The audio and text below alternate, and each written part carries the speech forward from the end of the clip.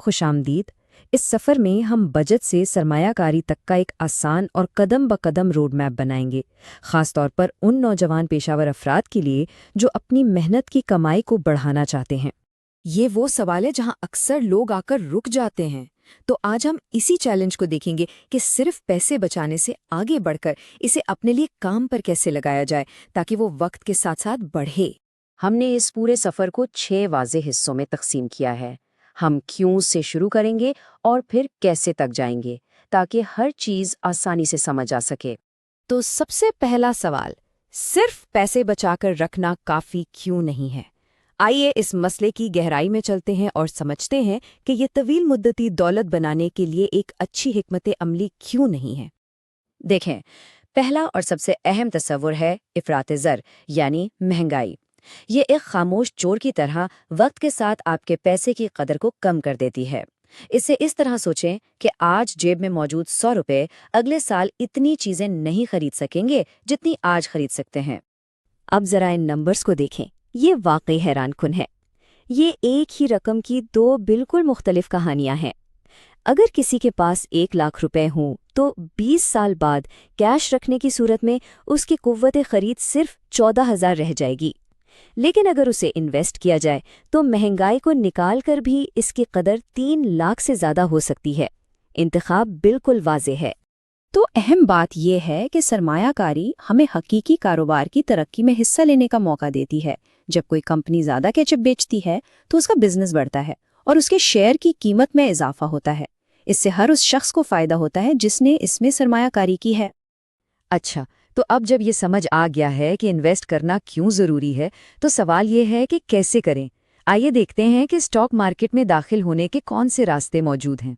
ایک نئے سرمایہ کار کے لیے مارکیٹ میں داخل ہونے کے یہ 3 اہم راستے ہیں۔ ہر ایک کا اپنا طریقہ کار اور اپنے فائدے ہیں۔ میوچول فنڈز اور ETF دونوں ہی ایک طرح سے سٹاکس کی ٹوکریاں ہیں۔ ان میں ایک ساتھ بہت سے مختلف سٹاکس میں سرمایہ کاری ہوتی ہے، جس سے خطرہ کم ہو جاتا ہے۔ ETFs کا فائدہ یہ ہے کہ انہیں سٹاک کی طرح دن کے کسی بھی وقت خریدا اور بیچا جا سکتا ہے۔ ٹھیک ہے، لیکن سرمایہ کاری کی دنیا میں قدم رکھنے سے پہلے کچھ بہت اہم مالی بنیادوں کو قائم کرنا ضروری ہے۔ یہ بالکل ایسا ہے جیسے ایک کمزور بنیاد پر عمارت کھڑی نہیں کی جا سکتی۔ یہ 2 قدم بہت ضروری ہیں۔ سب سے پہلے زیادہ سود والے قرضے جیسے کریڈٹ کارڈ کا قرض ختم کریں۔ اس کے بعد کم از کم 3 سے 6 مہینے کے خراجات کے برابر ایک ایمرجنسی فنڈ بنائیں۔ اس سے یہ یقینی ہوتا ہے کہ سرمایہ کاری مالی استحکام کے ساتھ کی جا رہی ہے۔ چلے، اب اکاؤنٹ کھول لیں اور پہلی ٹریڈ کرنے کے عملی عمل کو آسان بناتے ہیں۔ یقین کریں، یہ اتنا مشکل نہیں جتنا لگتا ہے۔ آج کل تو اسمارٹ فون میں ہی اسٹاک مارکیٹ تک رسائی کی طاقت موجود ہے۔ جدید بروکریج ایپس کی بدولت یہ پورا عمل چند منٹوں میں مکمل ہو سکتا ہے۔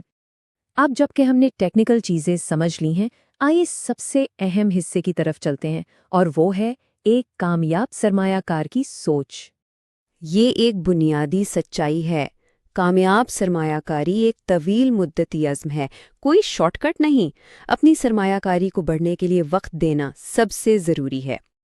یہ سمجھنا بہت ضروری ہے کہ مارکیٹ ہمیشہ سیدھی اوپر نہیں جاتی، یہ سائیکلز میں چلتی ہے۔ کبھی بل رن ہوتا ہے جب سب کچھ اچھا لگ رہا ہوتا ہے، اور کبھی بیئر رن جب مارکیٹ گر رہی ہوتی ہے۔ گھبرانے کی بجائے یہ یاد رکھیں کہ بیئر رن دراصل اچھی کمپنیوں کے سٹاکس سستے داموں خریدنے کا ایک موقع ہو سکتا ہے۔ ایک ہوشیار حکمت عملی یہ ہے کہ تمام بچت کو ایک جگہ نہ رکھا جائے۔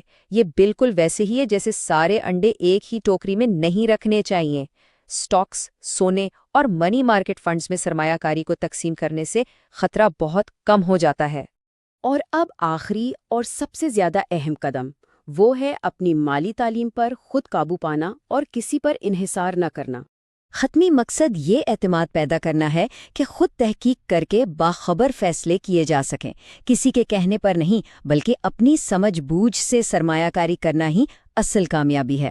یہ کچھ بنیادی موضوعات کی ایک ابتدائی فہرست ہے۔ ان سب پر آن لائن بہت سے مفت وسائل جیسے یوٹیوب ویڈیوز اور بلاگز آسانی سے دستیاب ہیں جو بہتر فیصلے کرنے میں مدد دے سکتے ہیں۔ مالی خواندگی کا یہ سفر مستقل ہے۔ اس کا آغاز تجسس کے ایک چھوٹے سے قدم سے ہوتا ہے۔